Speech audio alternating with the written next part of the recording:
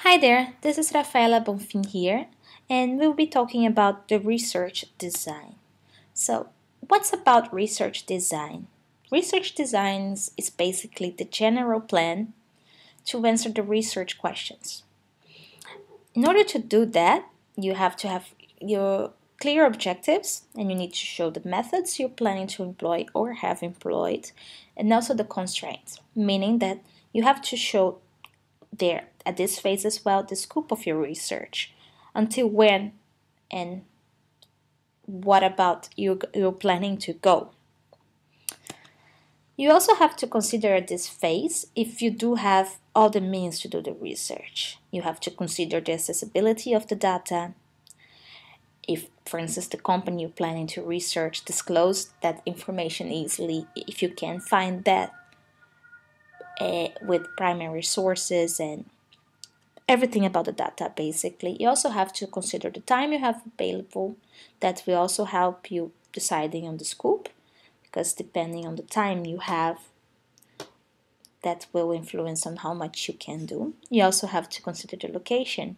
Are you going to do that from home, or are you going to have to relocate in order to do that? And of course, you also have to consider the amount of money you have available. If you need a sponsor, or what can you do with resources you have?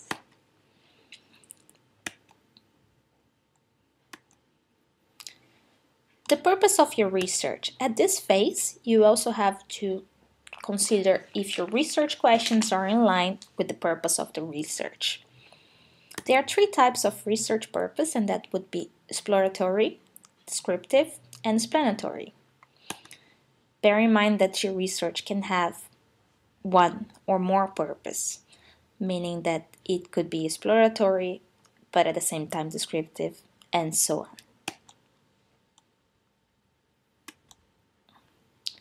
What about exploratory research?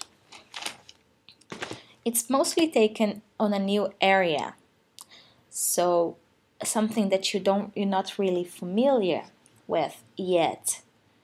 And so how are you going to do that? You can do it by searching the literature, interviewing experts on the area, conducting focus groups, interviews, for instance. In order to do that, as you're not sure of what's going to happen yet, you need to be flexible if you choose this type of research, because things can change along the way if you're not really, especially when you're not really sure what's going to happen. But bear in mind that you also need to have an organization. It doesn't mean that you cannot have a direction, it just means that the way to get to that goal can change along the way. Descriptive studies, as it says, it's about describing a situation. It's exactly how it shows here on the picture. You are drawing what you see. You do need to have a good idea of what you're going to research before you start doing so. But you should consider that it's not only describing the data. That would be too easy and not really relevant. It's also important to consider different opinions about it and draw conclusions, evaluating the situation and everything.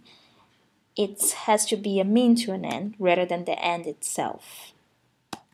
So, explanatory research establish and explain the relationship between variables. So it will be how variable A varies according to variable B. The dependent variable is the one that you're going to measure, and the variable B, being the independent one, is the one that you want to relate to. As you can see on the picture here, for instance, you can see that they don't have much relations between one and another. And here, for instance, you can see that the relation is positive, meaning that as one grows, the other one grows as well. And here you have a negative relation, meaning that the highest this one is, the lowest this one is.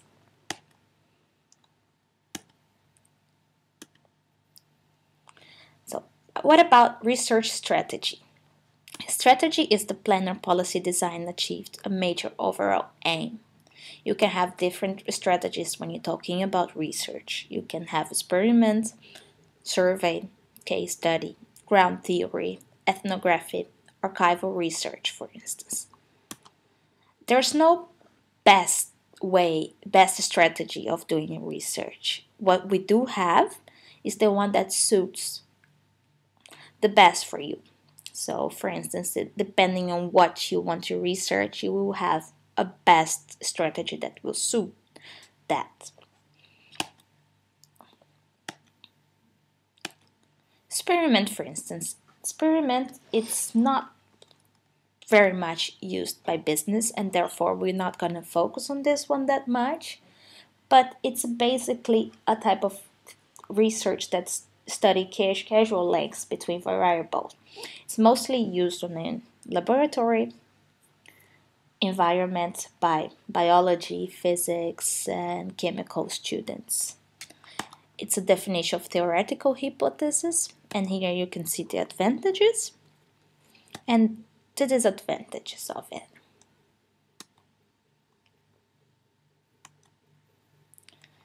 Survey. Survey, on the other hand, it's a very popular method in business and management. It answers questions on who, what, where, how, and how much and how many questions. It's pretty much used on exploratory and descriptive research, and it's very popular also for another reason. It's because you can collect a lot of information in the most economical way. For instance, you can print a questionnaire and hand on to the students at your university and get the answers quite quickly and without spending a lot of money for it. Surveys indicates what a certain percent of the population thinks or behaves in a particular way as well.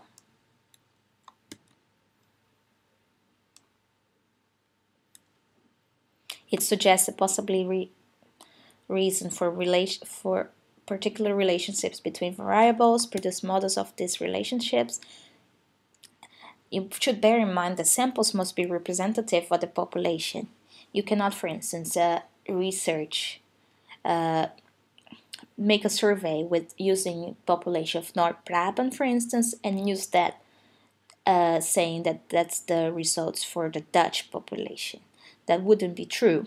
So you should make sure that it's represented for that particular population you researched only. It's also not wide-ranging, meaning that in order to make an effective questionnaire, you have to have a certain number of questions. Because after a certain number, people will just get bored and answer whatever comes on their mind. So you should make sure that the questionnaire has few questions, and therefore it will limit the capacity of the data you need. You need to be very objective when you're preparing a questionnaire. So, case study. What's about case study? Case study is an empirical investigation of particular contemporary phenomenon within its real-life context using multiple sources, evidences. It's, for instance, very much used in the case of people researching rare diseases. So you do not have the chance of doing a very large research on that. So you're going to need to study that specific person with that disease and see how it develops. So the case study is observing as it happens. It's more direct than survey, in the sense that you are there while it happened. It would be, for instance, studying something because you see it, rather than studying something because someone told you that. It answers the why questions very well. It's very much used on exploratory or explanatory research.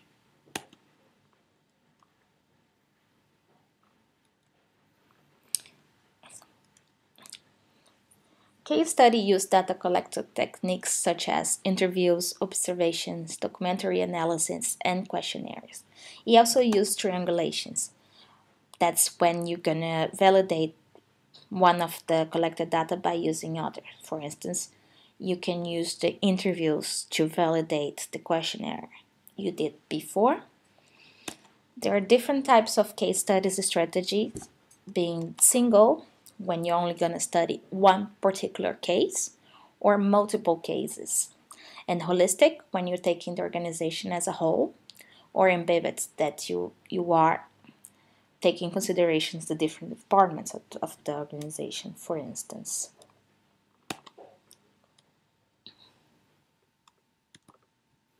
Action research. Action research is quite similar to the case study, but more than being an observer, you are also part of this.